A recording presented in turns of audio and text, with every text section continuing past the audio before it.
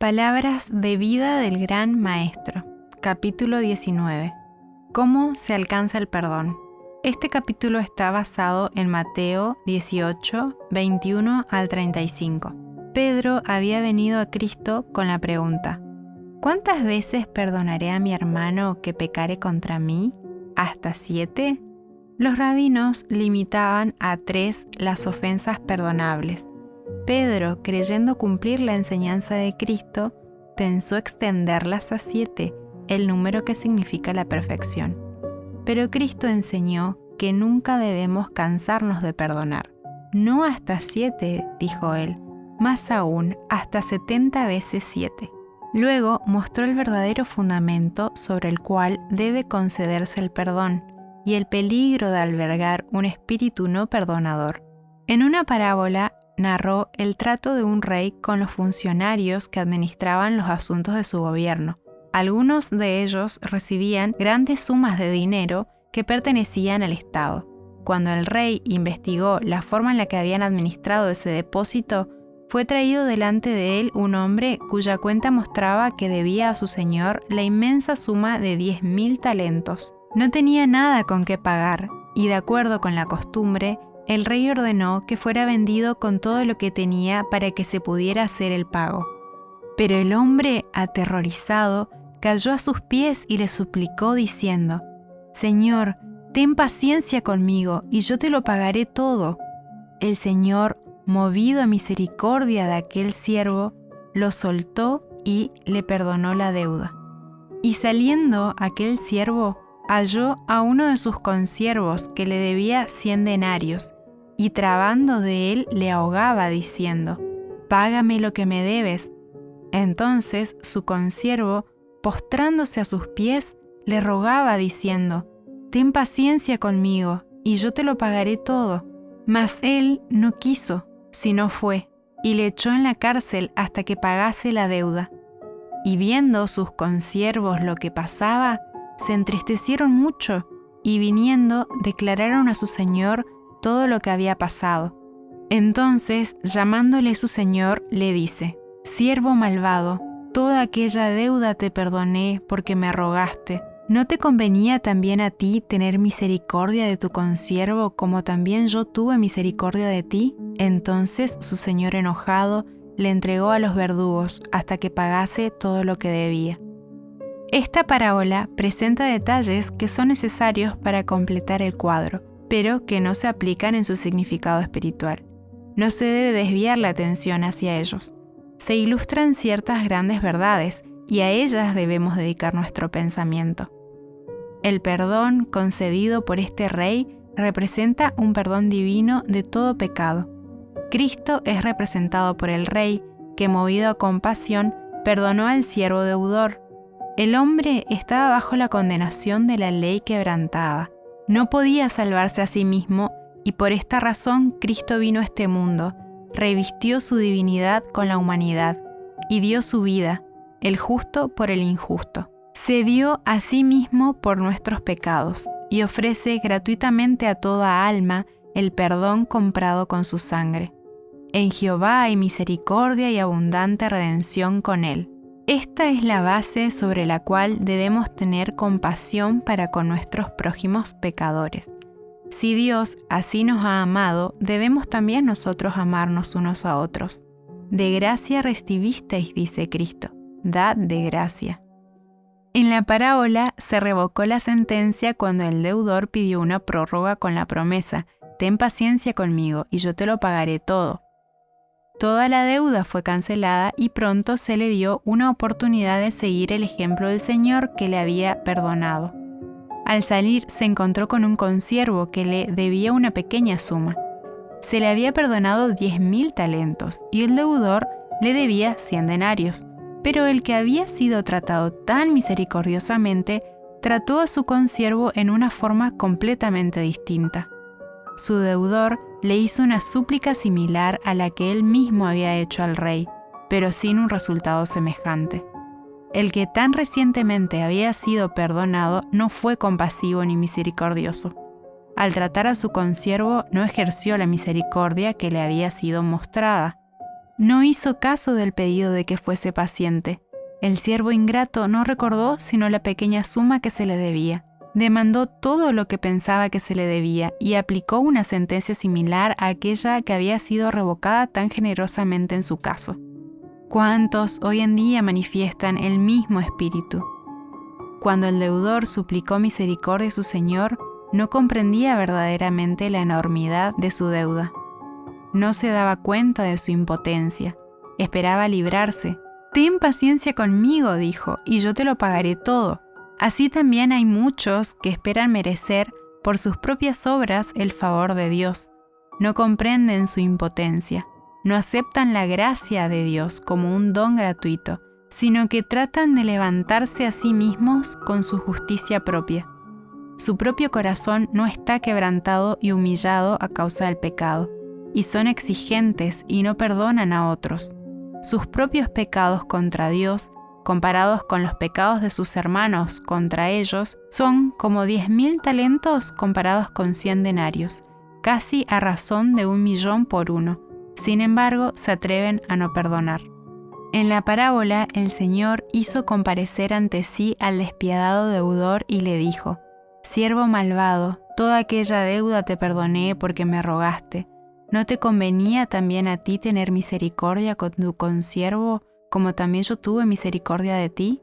Entonces su señor, enojado, le entregó a los verdugos hasta que pagase todo lo que debía. «Así también», dijo Jesús, «hará con vosotros mi Padre Celestial, si no perdonareis de vuestros corazones cada uno a su hermano sus ofensas». El que rehúsa perdonar está desechando por este hecho su propia esperanza de perdón.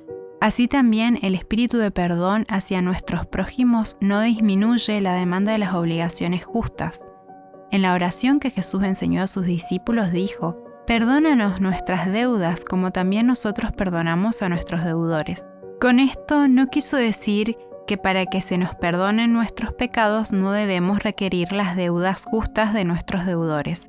Si no pueden pagar, aunque sea por su administración imprudente, no han de ser echados en prisión, oprimidos o tratados ásperamente. Pero la parábola no nos enseña que fomentemos la indolencia. La palabra de Dios declara que si un hombre no trabaja, que tampoco coma. El Señor no exige que el trabajador sostenga a otros en la ociosidad. Hay muchos que llegan a la pobreza y a la necesidad porque malgastan el tiempo o no se esfuerzan. Si esas faltas no son corregidas por los que las abrigan, todo lo que se haga en su favor será como poner un tesoro en una bolsa agujereada. Sin embargo, hay cierta clase de pobreza que es inevitable y hemos de manifestar ternura y compasión hacia los infortunados. Deberíamos tratar a otros así como a nosotros nos gustaría ser tratados en circunstancias semejantes. El Espíritu Santo, mediante el apóstol Pablo, nos da la orden. Si hay algún consuelo de amor, si alguna comunión del Espíritu, si algún afecto entrañable, si alguna misericordia, contemplad mi gozo, sintiendo lo mismo, teniendo el mismo amor, unánimes, sintiendo una misma cosa. Nada hagáis por contienda o por vanagloria, antes bien, con humildad, estimando cada uno a los demás como superiores a él mismo, no mirando cada uno por el suyo propio, sino cada cual también por lo de los otros. Haya pues en vosotros el sentir que hubo también en Cristo Jesús. Pero el pecado no ha de ser considerado livianamente. El Señor nos ha ordenado que no toleremos las faltas de nuestro hermano. Él dice: «Si pecare contra ti tu hermano, repréndele». El pecado ha de ser llamado por su propio nombre y ha de ser presentado claramente delante del que lo comete. En sus instrucciones a Timoteo, Pablo, escribiendo por la inspiración del Espíritu Santo, dice: «Que instes a tiempo y fuera de tiempo, redarguye, reprende, exhorta con toda paciencia y doctrina». Y a Tito escribe: «Hay aún muchos rebeldes, habladores de vanidades y engañadores. Repréndelos severamente para que sean sanos en la fe. Si tu hermano pecare contra ti, dice Cristo, ve y redargúyele entre ti y él solo. Si te oyere, has ganado a tu hermano.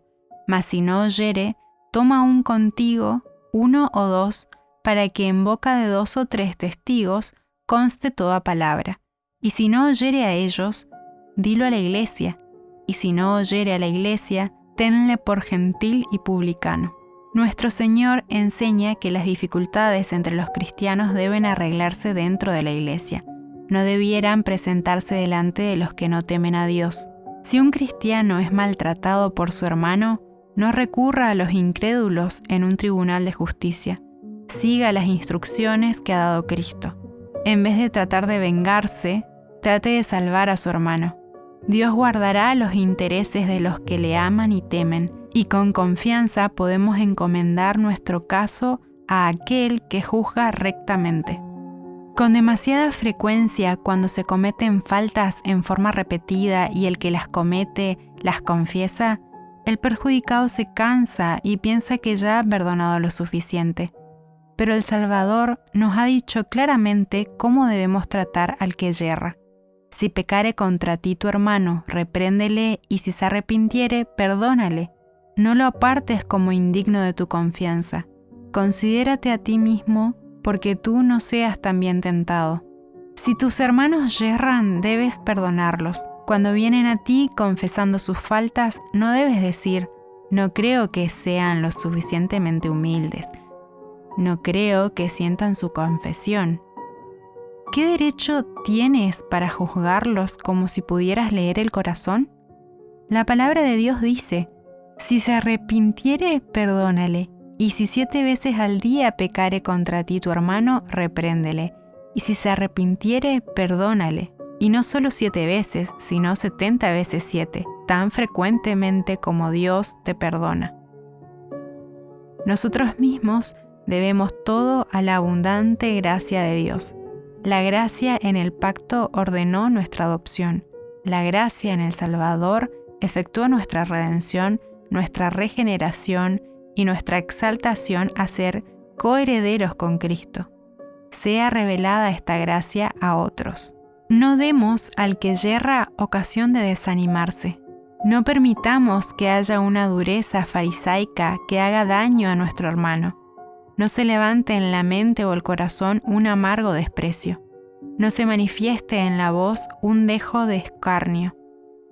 Si hablas una palabra tuya, si adoptas una actitud de indiferencia o muestras sospecha o desconfianza, esto puede provocar la ruina de un alma. El que yerra necesita un hermano que posea el corazón del hermano mayor, lleno de simpatía para tocar su corazón humano. Sienta él el fuerte apretón de una mano de simpatía y oiga el susurro, oremos. Dios le dará a ambos una rica experiencia. La oración nos une mutuamente y con Dios. La oración trae a Jesús a nuestro lado y da al alma desfalleciente y perpleja nueva energía para vencer al mundo, a la carne y al demonio. La oración aparta los ataques de Satanás. Cuando uno se aparta de las imperfecciones humanas para contemplar a Jesús, se realiza en el carácter una transformación divina. El Espíritu de Cristo, al trabajar en el corazón, lo conforma a su imagen. Entonces, sea vuestro esfuerzo ensalzar a Jesús. Diríjanse los ojos de la mente al Cordero de Dios que quita el pecado del mundo.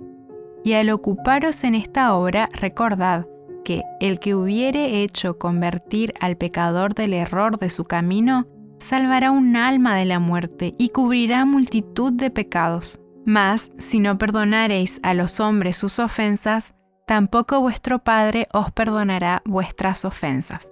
Nada puede justificar un espíritu no perdonador.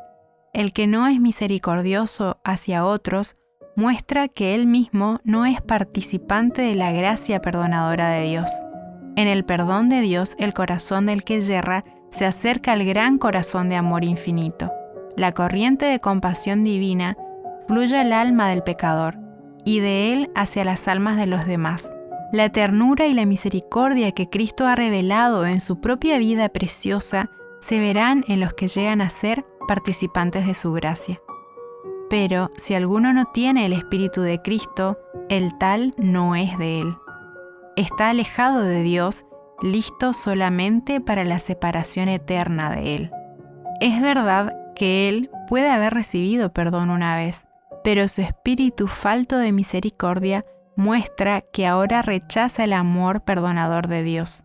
Se ha separado de Dios y está en la misma condición en la que se hallaba antes de ser perdonado. Ha negado su arrepentimiento y sus pecados están sobre él como si no se hubiese arrepentido. Pero la gran lección de la parábola se halla en el contraste entre la compasión de Dios y la dureza del corazón del hombre, en el hecho de que la misericordia perdonadora de Dios ha de ser la medida de la nuestra. ¿No te convenía también a ti tener misericordia de tu consiervo, como también yo tuve misericordia de ti? No somos perdonados porque perdonamos, sino como perdonamos. La base de todo el perdón se encuentra en el amor inmerecido de Dios, pero por nuestra actitud hacia otros mostramos si hemos hecho nuestro ese amor. Por lo tanto, Cristo dice: con el juicio con que juzgáis, seréis juzgados, y con la medida con la que medís, os volverán a medir.